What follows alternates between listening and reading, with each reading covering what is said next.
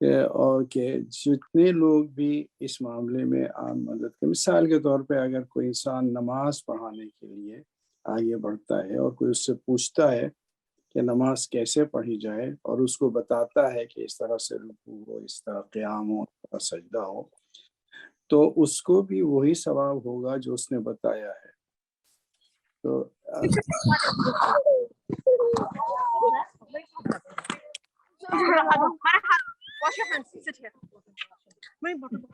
جن پارٹیسپینٹس کے مائکس کھلے ہوئے ہیں پلیز اگر وہ بند کر سکیں تو تھینک یو. تو جو انسان خود نیکی کرے یا کسی انسان کو نیکی کرنے کے لیے ہدایت کرے، اس کو وہی ثواب ملے گا. اگر میں نماز پڑھنے جا رہا ہوں اور مجھے پانی نہیں مل رہا ہے کہ میں وضو کروں، اور ایک انسان آتا ہے اور وہ ہدایت کرتا ہے کہ اس طرف جاؤ، وہاں کنواں ہے، وہاں سے پانی نکال کے وضو کرو، تو اس کو بھی وہی ثواب ملے گا جو ایک وضو کرنے والے کو ثواب ہے. جو پانی کھینچ کے دے گا اس کو بھی وہی ثواب ہے. تو یہ ایک ثواب کا ایک سلسلہ ہے. یہ انسانی جو بینکس ہیں وہ دوسرے ہیں کہ جہاں ایک بار انٹرسٹ انسان کو حاصل ہو جائے کسی کو تو دوبارہ دوسرے کو نہیں ہوگا. لیکن یہ اللہ کا نظام ہے کہ جو بھی اراد و طریق جو کر رہا ہے اس کو بھی وہی ثواب ہے کہ جو طریق حاصل کرنے والے کو ہوگا. تو علم جو ہے اس کا حاصل کرنا فرض ہے پیغمبر کی حدیث کے مطابق. تو جو علم حاصل کرے خود اس کو بھی ثواب ہوگا، جو اس علم کی روشنی دوسرے تک پہنچائے اس کو بھی ثواب ہوگا. تو اگر مستقل لوگ علم کو اس طرح سے پھیلاتے رہیں تو ہماری کمیونٹی نورانی اور نورانی سے نورانی تر ہوتی جائے گی، اور اس کا ثواب اللہ کے پاس ہے. کوئی اس کو کیلکولیٹ نہیں کر سکتا، کوئی اس کو بتا نہیں سکتا کہ کتنا ہوگا، لیکن جو بھی ثواب اس کا اللہ معین کرے گا اس کے نیتوں کی بیسس کے اوپر ثواب کا انحصار ہے. بے شک. Beautiful, thank you very much. مولانا علی حیدر عابدی صاحب، کیونکہ مجھے آپ کی ویڈیو نظر نہیں آ رہی تو میں کنفرم کرنا چاہ رہی ہوں کہ آپ ہمارے ساتھ بالکل آپ موجود ہیں. سر آپ سے میں یہ ایک سوال کرنا چاہ رہی ہوں، چونکہ اس وقت اس گفتگو میں بڑی خواتین بھی موجود ہیں تو شاید ان کا بھی یہ سوال ہوگا. پہلی مفسرہ ہیں پاکستان سے رباب کاظمی صاحبہ، اور مگر ہم دیکھتے ہیں کہ بہت ساری خواتین حوزہ علمیہ پڑھنے جاتی ہیں، قم میں بھی، نجف میں بھی. کیا وجہ ہے کہ خواتین ہمارے مسلک میں، مجھے دوسرے مسلک کے بارے میں سچی بات ہے پتہ بھی نہیں، لیکن میں اپنے ہی مسلک کے بارے میں آپ سے سوال کرنا چاہتی ہوں کہ بہت زیادہ تحقیق کرتی ہوئی ہمیں نظر نہیں آتی. ہمیں زیادہ کتابیں مردوں ہی کے نام سے چھپی ہوئی نظر آتی ہیں، تفاسیر نہیں ملتی، بہت مجتہدائیں نہیں ملتی. تو مجھے درست کیجیے گا please if I am incorrect. تو اس کی کوئی خاص وجہ ہے سر؟ اعوذ باللہ من الشیطان الرجیم، بسم اللہ الرحمن الرحیم. السلام علیکم جمیعاً ورحمۃ اللہ وبرکاتہ. آپ کی محبت ہے کہ آپ لوگوں نے مجھے یاد کیا. آپ کی خدمت میں عرض کروں کہ آپ نے دیکھا ہوگا ایک وقت وہ بھی گزرا ہے، اور خاص طور سے ہمارے علاقوں کے اندر، کہ جہاں عورتوں کے لیے علم حاصل کرنا حرام سمجھا جاتا تھا، صرف گھر میں تعلیم دی جاتی تھی، اس کے علاوہ نہیں. ایک دور تو وہ ہے جو اسلام سے پہلے کا ہے، جہاں یعنی تقریباً ہر دور کے اندر جو ہے صنف نسواں کو ذلیل و خوار سمجھا گیا اور اس کو کوئی اہمیت دی ہی نہیں گئی. جبکہ دوسری طرف اسلام آنے کے بعد رسول اللہ صلی اللہ علیہ وآلہ وسلم کو اللہ نے یہ شرف بخشا کہ آپ کی اولاد نرینہ کو لے کر جناب فاطمہ زہرا سلام اللہ علیہ جیسی بیٹی عطا کی ہے. اور آپ کو یعنی جو ماحول تھا اس وقت کا کہ زندہ لڑکیوں کو درگور کر دینا اور عیب سمجھنا اگر کسی کے یہاں لڑکی پیدا ہو تو ایک پوری صورتحال آپ کو ہوتی ہوئی ملے گی. تو اسلام نے آنے کے بعد عورت کو صحیح اس کا مقام پہچانوایا.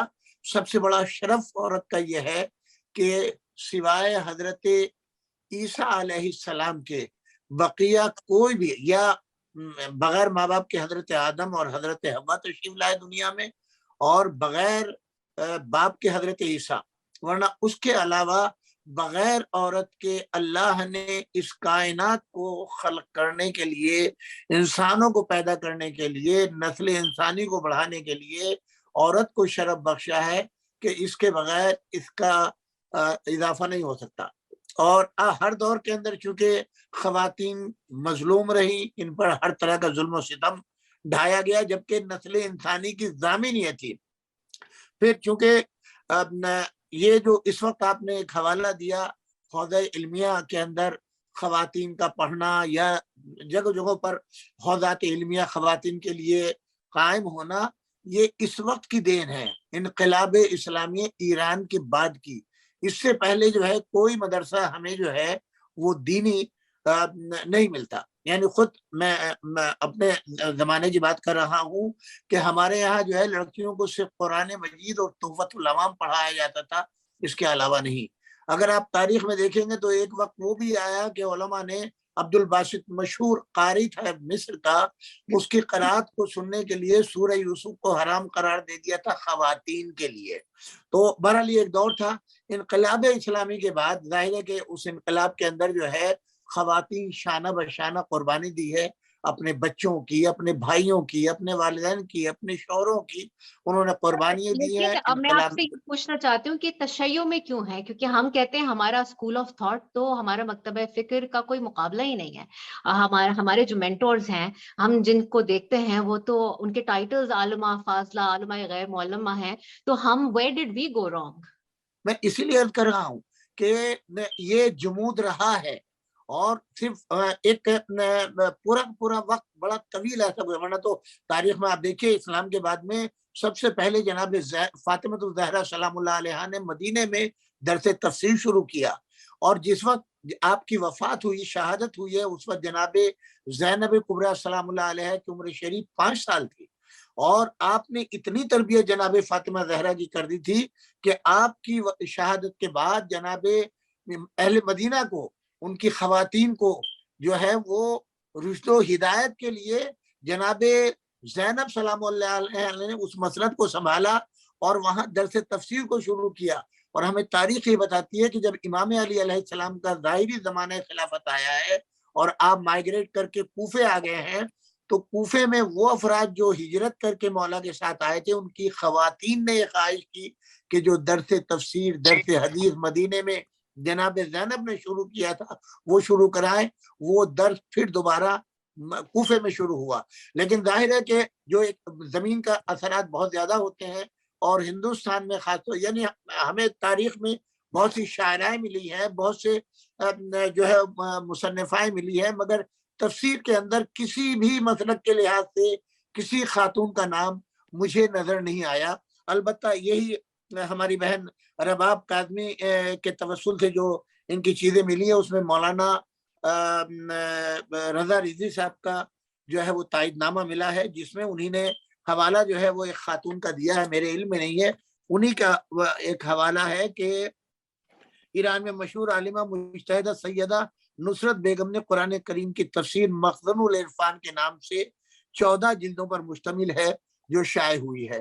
اور اس کے علاوہ یہ ایک ایسا انقلاب آیا جس میں پاکستان سے خاص طور سے، کراچی سے خاص طور سے آپ نے دیکھا ہوگا کہ لڑکیوں کو اکیلے اسکول نہیں بھیجا جاتا تھا، اور ابھی بھی بہت زیادہ پابندی ہیں دیہاتوں میں اس میں جو ہے، مگر سب سے بڑی چیز یہ خود اعتمادی، خواتین میں خود اعتمادی پیدا ہوئی۔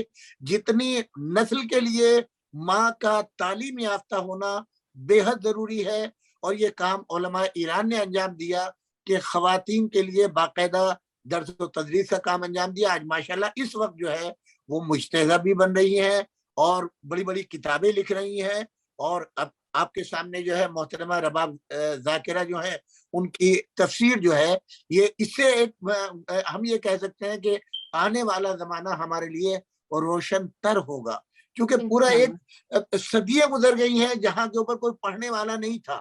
بس یہ ایک کتاب آپ نے سنا ہوگا قلزم ماتم اور ذائق ماتم، خواتین کی ہوتی تھی ذاکری کے لیے۔ یہ بھی چند سالوں کی بات ہے کہ جو خواتین جو ہے ممبر پر پڑھنے لگی ہیں اور حفظ کر کے پڑھنے لگی ہیں آیات قرآنی، اور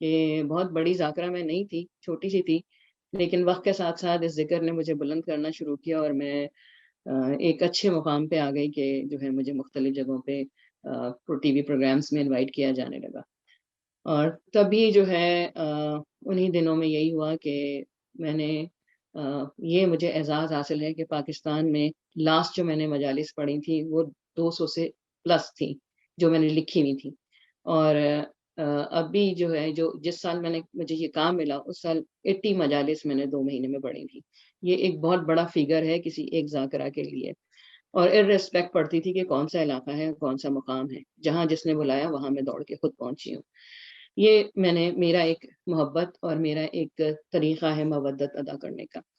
تو پھر یہی تھا کہ جب اتنی روحانیت آ جائے اور اتنا ذکر محمد و آل محمد اور اپنے جو احکام ہیں ان کو انجام دیں تو پروردگار عالم آپ کو کشف الغطا میں سے شامل کرنا شروع کر دیتا ہے. ہوتا نہیں ہے لیکن تھوڑا تھوڑا اللہ تعالیٰ آپ کے ظرف کے مطابق عطا کرنا شروع کر دیتا ہے. تو بس یہی ہوا کہ مجھے بھی تھا کہ میں اس محرم کے بعد کیا کروں گی، اور بس مجھے یہ تھا کہ میں دونوں چیزوں سے متمسک رہوں کہ وہ قرآن بھی ہو اور اہل بیت بھی ہو، کیونکہ سب سے بڑی حدیث ثقلین اس سے بڑی مجھے نظر نہیں آتی ہے کہ کوئی ہو ہماری راہ راست کے لیے. تو یہی نظریہ تھا اور یہی تھا کہ پروردگار عالم، اور دعا تھی دل سے اندر سے بار بار یہ، یعنی کہ ویسی دعا شاید میں نے زندگی میں کبھی بھی نہیں مانگی ہوگی جیسے وہ آ رہی تھی. تو وہ بار بار آتی تھی، صبح دوپہر شام اٹھتے بیٹھتے یہی ہوتا تھا کہ میں کوئی ایسا کام کروں کہ ان دونوں سے متمسک رہوں. اور پھر یہی ہوا کہ شبیر علی زیدی صاحب بہت ساری انہوں نے جو ہے تفاسیر پڑھی تھیں اور یہی کہہ رہے تھے وہ بھی کہ مجھے کسی خاتون کا کام نظر نہیں آتا ہے. تو وہ بہت ہی ریناؤنڈ مجھ سے سینئر ذاکراؤں کے گئے، ان سے کنسلٹ کیا، لیکن میرے پاس بھی آئے. میں تو اتنی ریناؤنڈ نہیں تھی نا، بس چھوٹی سی ایک ذاکرہ تھی. تو انہوں نے مجھے بھی علامہ نقی نقوی صاحب کے توسط سے، کیونکہ اکثر ان سے ڈسکشن علمی ہوتی رہتی تھی، تو انہوں نے متعارف کروایا، میرے گھر تشریف لائے. اور جو کام مولا نے لینا ہوتا ہے اس کی جو ہے خود ہی راستے جو ہے استوار کر دیتے ہیں. اور یہی ہوا کہ میں نے اسی وقت بیٹھے بیٹھے جو آج پروسیجر میرا طریقہ کار نظر آ رہا ہے کہ نام ہے، خصوصیات ہیں، اور جو اس کی ترتیب نزول ہے، سارا کچھ یہ پورا پیٹرن میں نے اسی وقت بیٹھے بیٹھے ان کو بنا کے دیا. میری پہلی ملاقات تھی، میں نہیں جانتی تھی کہ یہ کون سا کام کرانا چاہتے ہیں. میں نے بہت زیادہ اس زمانے میں ہے کہ میں در منصور پڑھ رہی تھی جلال الدین سیوطی صاحب کی. تو وہ پڑھ رہی تھی اور ظاہر کنسلٹ کرتے رہتے تھے بغیر آپ تفسیر پڑھے مجلس پڑھ ہی نہیں سکتے جو صحیح پڑھتے ہیں. تو وہ اس کی تیاری بھی ہوتی تھی، تو اس لیے مختلف تفاسیر میرے زیر نظر رہتی تھی. تو اس وقت جب ان سے بات ہوئی اور یہ سارا کچھ میں نے انہیں بنا کے دیا تو انہوں نے کہا بالکل آپ اس پہ کام شروع کریں. اور پھر یہی ہوا کہ میں نے تھوڑا سا انہیں ایک آؤٹ لائن بنا کے پراپرلی جو اس کے اندر میٹر ہونا چاہیے تھا وہ دیا. تو شبیر علی زیدی صاحب کا بیسیکلی یہ آئیڈیا تھا کہ وہ کوئی خاتون یہ کام کرے اہل تشیع میں، کیونکہ اہل تشیع میں اب تک کسی خاتون کا پاکستان انڈیا سے سب کانٹیننٹ سے نام نہیں آ رہا تھا. تو وہ اسی بات پہ تھے کہ کوئی خاتون کام کرے.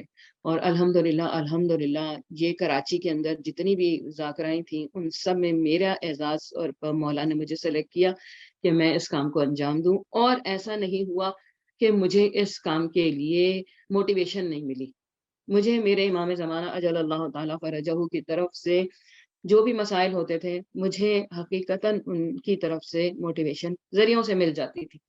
تو میں رکی نہیں. بعض دفعہ تو ایسا ہوا کہ مجھے 3 دن تک موقع ہی نہیں ملا کہ میں جو ہوں وہ کرسی چھوڑوں اور اس کام کو چھوڑ کے جو ہے میں اور باقی کوئی کام کر سکوں. تو ایسا ہوا کہ پورا 3 دن تک، اور میں اس میں اپنے ہسبینڈ میجر داور کاظمی کی بہت ممنون ہوں کہ انہوں نے پورا گھر بھی سنبھالا ہوا تھا.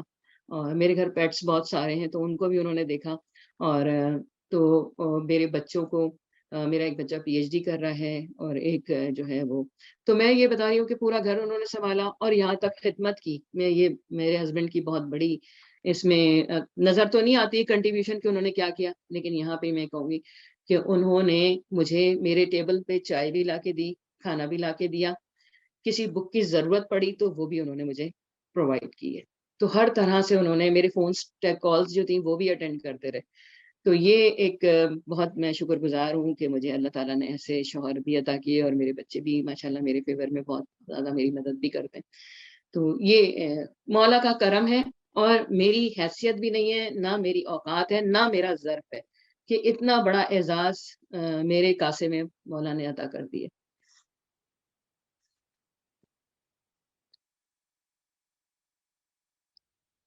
ندا آپ کی آواز نہیں آ رہی ہے. جی میں نے کہا یقیناً یہ کام آپ ہی کے ہاتھوں ہونا تھا، اور کیونکہ یہ نوکری آپ کے حصے میں ہی لکھی گئی تھی، اور وی کین امیجن کہ یہ کام بالکل آسان نہیں ہوگا. پرسنل چیلنجز تو آپ نے بتایا، پروفیشنل چیلنجز بھی یقیناً اس سفر میں آپ کے آئے ہوں گے، ان کے بارے میں بتائیے. کیونکہ جب کوئی کام کرنے اٹھتا ہے تو یقیناً پریشانیاں بھی آتی ہیں، چیلنجز بھی آتے ہیں، مخالفت بھی آتی ہے. کچھ ذکر کریں گے اس کا؟ سب سے پہلے تو جو ہمارا جب میں نے یہ کام شروع کیا، اور جن لوگوں نے اس کی کمپوزنگ کرنی تھی، جو سیٹنگ کرنی تھی، جو پروسیجر ہے پورا، ان افراد کو ہی یہ بات، ہمارے اہل تشیعی سے ہی تھے سب لوگ، کوئی ایسا نہیں تھا کسی اور مسلک سے یہ کام کرایا جا رہا ہو. وہ لوگ تھے تو انہیں یہ بات سمجھ نہیں آتی تھی کہ یہ بیسیکلی کیا کر رہی ہیں. یہ سب سے، اور سب کے ہوتا تھا کہ مقبول صاحب کا قرآن ہو گیا، فرمان صاحب کا قرآن ہو گیا، وہ اس طرح سے کہا جاتا ہے جس کا جو قرآن جو کام کرتا ہے اس کے لیے اس نام دیا جاتا ہے. تو وہ جب میرے بات آتی تھی کہ میرے کام کی، تو ان کو سمجھ نہیں آتی تھی کہ وہ رباب کاظمی کا نام کیسے لیں. تو ایک یہ بڑا مسئلہ تھا کہ وہ رباب کاظمی کا قرآن نہیں کہہ سک پا رہے تھے، کیونکہ سارے مردوں کے ہی نظر آتے تھے. تو وہ ان کو پھر اس کے بعد جب میٹر کی بات آئی، ہاں میں کہوں گی اس میں مجھے ناکو چنے چبائے ہیں، اور ابھی بھی میں کچھ مسٹیکس جب پڑھتی ہوں دیکھتی ہوں، میں نے اتنی دفعہ کریکشنز کر کے دیا، لیکن انہوں نے مجھے بار بار میری چیزیں مجھے واپس پلٹائیں، اور ایز اٹ از فائل جاتی تھی اور واپس آ جاتی تھی. تو اس کو وہ مطلب میری کریکشنز کو بھی کنسیڈر نہیں کرتے تھے، بار بار مجھے وہی فائلیں بھیج دیتے تھے. میں کہتی تھی بھائی یہ ابھی تو صحیح کر کے دی ہے آپ نے، اس کو صحیح نہیں کیا. تو یہ اب بھی یقین جانے کہ اور اس کے بعد سے پھر یہ ہوا کہ پبلش کرنے کے بعد جب بات آئی تو وہ سمجھے کہ بس یہ تو ایسے ہی نارمل سی بات ہے، یہ خاتون کا شوق ہے، کوئی 4 دن بعد ختم ہو جائے گا. نارملی تو اسی طرح ہی ہوتا نا، جوش آیا، ابالا آیا اور دودھ ابل کے گر گیا، سمجھے. تو یہاں پہ یہی شاید سمجھا جا رہا تھا. تو وہ بھی، یہ سارے ہمارے وہ لوگ ہیں جو کتابوں کو پبلش کرتے ہیں. اس سے اوپر کی کیٹیگریز ابھی بہت ساری باقی ہیں، جنہوں نے میرے سب سے بڑے جو کام تھا، اگر لوگوں نے مفسرہ لگا دیا یا کہا مجھے مفسرہ، تو اس کے اگینسٹ مجھے کالیں کر کر کے کہا گیا کہ آپ نے اپنے نام کے ساتھ مفسرہ کیوں لگایا. تو یہ ایک سب سے بڑا تھا. میں نے کہا میرے مفسرے کو چھوڑ دیں، آپ علامہ ہٹا لیں، ہم بھی مفسرہ ہٹا لیں گے. لیکن میں صرف اتنا کہہ رہی تھی کہ بھائی آپ اس کو چھوڑ دیجئے کہ کیا لگائیں کیا نہیں لگائیں، اندر سے کرٹیسائز کریں، نکالیں اندر سے، مجھے اس پہ ذلیل کریں کہ میں نے غلط لکھا ہے. ٹھیک ہے، میں نے اتنی بڑی بات تک کہی ہے. یہ ورڈ اچھا نہیں ہے، لیکن میں نے یہاں تک کہا کہ میں عبد ذلیل بن جاؤں. ٹھیک ہے، آپ مجھے یہاں پہ بتائیں کہ میں نے کیا غلط کیا ہے، یہاں پہ کوئی چیز غلطی نکالیں میری کہ اس سے ریلیٹڈ نہیں ہے. وہ کسی نے، اللہ کا شکر ہے، پروردگار کا کرم ہے، اور مولا کی میں تھینکفل ہوں کہ آج تک میری عزت برقرار ہے. کوئی ایسا پوائنٹ، کوئی ایسا جملہ یا کوئی ایسی چیز آج تک نکل کے نہیں آئی ہے. اب ذرا لوگ شاید تفصیل سے پڑھیں تو شاید کوئی نکال لے، پھر بھی میں کہوں گی کہ میں حاضر ہوں. اور یقیناً بہت اچھا کام ہوگا. اور کیا کہتے ہیں کہ تندی باد مخالف سے نہ گھبرائے عقاب. تو یہ آپ کو اور بہتر ہی بناتی ہیں تنقید جو ہے. اور آپ ویسے مجھے لگتا ہے کہ you are a person with still nervous. اس دن میں جب آپ سے بات کر رہی تھی تو جتنا کچھ آپ نے اچیو کیا اور جتنا کچھ آپ اچیو کرنا چاہتی ہیں، میں آپ سے مذاق میں اس دن کہہ رہی تھی کہ میں تو اپنے دن کے جو 4 کام ہوتے وہ بھی نہیں کر پاتی. تو مور پاور ٹو یو. ہم بالکل چاہیں گے کہ ظاہر سی بات ہے ہم یہاں پہ جمع اس لیے ہوئے کہ آپ کے کام کے کچھ اقتباسات اگر آپ ہمارے ساتھ شیئر کریں. لیکن اس سے پہلے آپ جو اس وقت سن رہے ہیں، دیکھ رہے ہیں لوگ، ان کو بتائیں گے کہ اب تک 2 والیومز آ چکے ہیں. کتنی سوروں کی آپ تفسیر کر چکی ہیں؟ یہ اس سے ایک جملہ میں صرف ایڈ کروں گی جو شاید مجھ سے رہ گیا ہے، کہ میں پولیٹیکل فگر بھی پاکستان میں رہی ہوں. جی یہ مجھ سے رہ گیا، سوری بتانے کے لیے. میں یہ بھی بتا دوں، سیاسی میں الیکشن بھی لڑ چکی ہوں 2015 میں. 22 سال بعد پاکستان میں جو ہے کینٹونمنٹ بورڈ کا الیکشن ہوا تھا، اور میں نے اس اوپن کنٹیسٹنٹ تھی میں. اور کسی جیتنے والے سے زیادہ میرے ووٹ تھے اس وقت، اور اس علاقے میں جو ہے اس وارڈ کے اندر ہی سب سے زیادہ ووٹنگ ہوئی تھی شاید میری وجہ سے. تو 2015 میں، اور پی ٹی آئی میں سینئر وائس پریزیڈنٹ رہ چکی ہوں میں. اور پھر میں مجھے کشور زہرا جو ہیں سینیٹر جو تھی ایم پی اے تھیں، وہ مجھے ایم کیو میں لے کے آئی، اور وہاں میں سوشل فورم میں تھی فاروق ستار بھائی کے ساتھ. سارے ہمارے جو ہیں حیدر عباس بھائی اور باقی سب لوگ بہت اچھا رسپیکٹیبل لوگ ہیں، اور انہوں نے بہت مدد کی میری. اور میں نے ایم کیو ایم کے پلیٹ فارم سے آزاد امیدوار، this is the history of M Q M, کہ فرسٹ ٹائم کسی نے آزاد امیدوار اس کے پلیٹ فارم سے الیکشن لڑا تھا. خیر، تو یہ ایک چھوٹا سا رہ گیا تھا تو میں نے کہا بتا دوں. آپ کا سوال یہ ہے کہ میرا اس کام سے ریلیٹڈ میں اس میں تھوڑا سا ایڈ کروں کہ کیا کیا ہے. تو سب سے پہلی بات تو یہ ہے کہ تمہارے درمیان دو گراں قدر چیزیں چھوڑے جا رہا ہوں، ایک میری کتاب اور میری عطر. جو لوگ کتاب رکھتے ہیں، جنہوں نے دیکھا ہے، وہ صرف اس کے ویژولس کو دیکھ سکتے ہیں. ویژولس میں آپ دیکھ رہی ہیں کہ چاروں طرف محمد و آل محمد، پروردگار عالم کا نام شروع ہوتا ہے، اور پھر چاروں طرف محمد و آل محمد، اور بیچ میں قرآنی آیات اور تفسیر موجود ہیں. یہ ایک ویژول جو ہے حدیث ثقلین کو پورٹری کرنے کے لیے، پریزنٹ کرنے کے لیے میں نے یہ کام کیا ہے، تاکہ آپ کتاب جتنی بھی قرآن اٹھائیں کہیں پر حاشیے میں اس طرح سے نظر نہیں آتا ہے، کوئی ڈیزائننگ ایسی نہیں ہوتی ہے. پھول بوٹے نظر آ جاتے ہیں لیکن یہ نہیں آتا ہے. یہ میں نے ویژول اس کا کیا ہے تاکہ ہمیں کتاب دیکھتے ہی پتہ لگے کہ محمد والے محمد سے متمسک اور قرآن سے متمسک رہنے کی ہدایت کی جا رہی ہے. اور اس کے اندر جو خصوصاً میں جناب سیدہ سلام اللہ علیہ کو جو ہے یہاں سے خراج تحسین پیش کروں گی اور ان کو ہدیہ پیش کروں گی کہ جو آیت مجھے ان کے حق میں نظر آئی ہے، اور بہت خوبصورت آیت ہے کہ کہا گیا ہے کہ جو ہے ان کا نام قرآن میں کہاں لیا گیا ہے اور انہیں کہاں پہ عالمین میں جو ہے معتبر کیا گیا ہے. تو یہ آیت ظاہر ہے ہم اس بات پہ یقین رکھتے ہیں کہ قرآن کے 70 باطن ہیں اور 70 ظاہر ہیں. ہر باطن کا ہمیں علم نہیں ہے، ہر ظاہر کو ہم جانتے نہیں ہیں.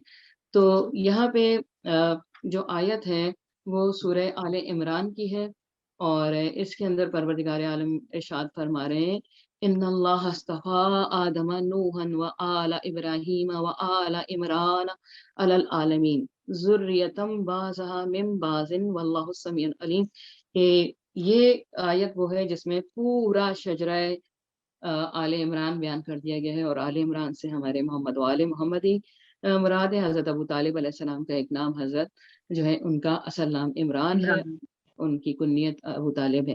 تو یہ آیت میں ہدیہ کرتی ہوں جناب سیدہ سلام اللہ علیہ کو کہ یہ آیت جو ہے ان کے شجرے کو ظاہر کر رہی ہے اور امام حسین علیہ السلام کی قربانیوں کو جو ہے پیش کر رہی ہے عالم اسلام کو کہ اگر زندہ ہیں تو آل عمران کی وجہ سے آج اسلام زندہ ہے.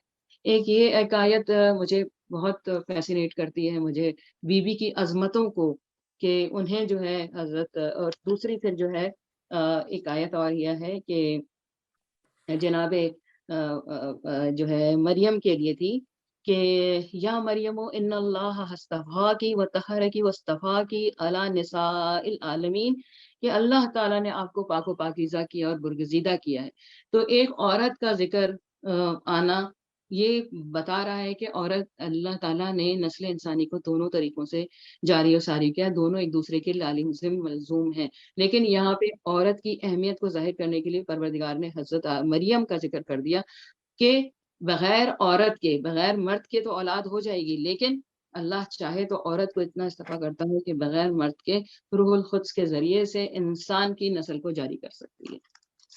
اور وہی بات ہے کہ اس کے جو ہے اس کے مقابلے میں کہا جائے، مقابلہ تو دونوں کا بالکل کچھ بھی نہیں ہے، ہمارے الفاظ ایسے ہو سکتے ہیں کہ یہاں پہ ہے کہ نساء العالمین جب جناب فاطمہ زہرا سلام اللہ علیہ کے لیے کیا گیا تو یا فاطمہ تو ان اللہ اصطفاکی وطہرکی واصطفاکی علی نساء العالمین، تمام عورتوں کے عالمین پر آپ کو جو ہے وہ فضیلت دی گئی، آپ کو پاکیزہ کیا گیا، آپ کو جو ہے مصطفیٰ کیا گیا.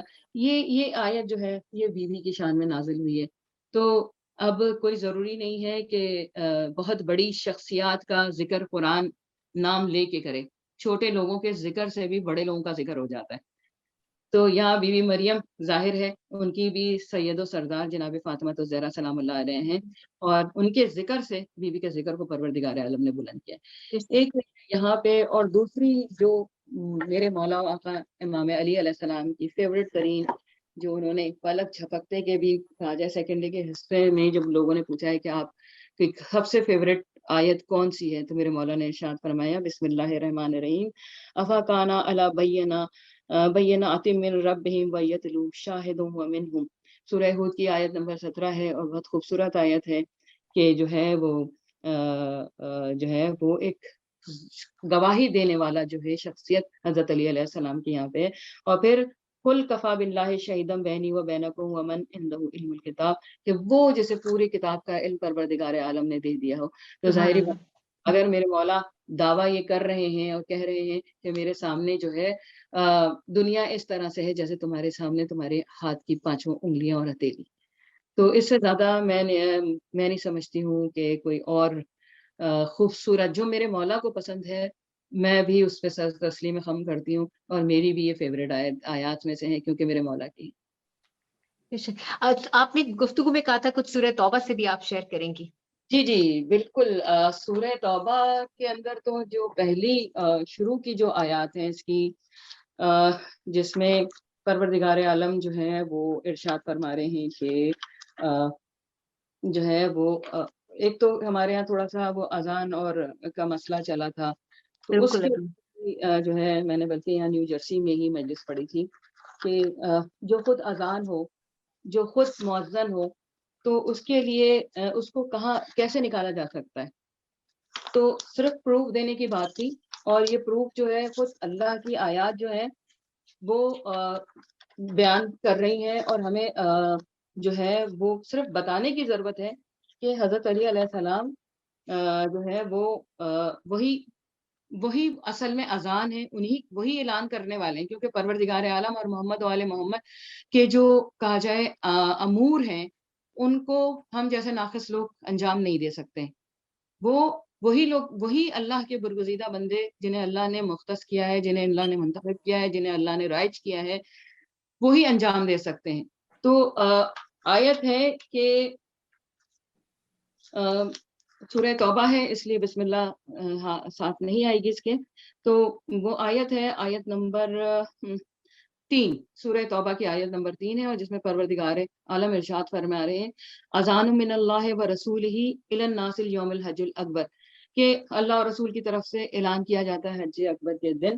تو اس سے بڑی اعلان کرنے والی ہستی کیا ہوگی، اور سورہ اعراف میں جو ہے وہ مؤذن حضرت علی علیہ السلام کو، آیت نمبر سورہ اعراف کی آیت نمبر 40 میں امام علی علیہ السلام کو جو ہے وہ مؤذن قرار دیا ہے۔ تو اس کا مطلب ہے جو اعلان کیا جائے گا وہ حضرت علی علیہ السلام کا اعلان ہوگا، اللہ کی طرف سے، اس کے رسول کی طرف سے، اور جو اعلان کرنے والا ہوگا، تو ہم 40 پہ یقین کرتے ہیں کہ مولا یہ ایک وقت میں 40 جگہ پہ موجود ہو سکتے ہیں، تو وہ اپنا اذان بھی دے سکتے ہیں اور اپنے لیے جو ہے وہ اذان کروا بھی سکتے ہیں، تو کیونکہ امور پروردگار عالم کے جو ہے ان کی ذمہ داری ہے اور یہی ادا کرنے والے ہیں۔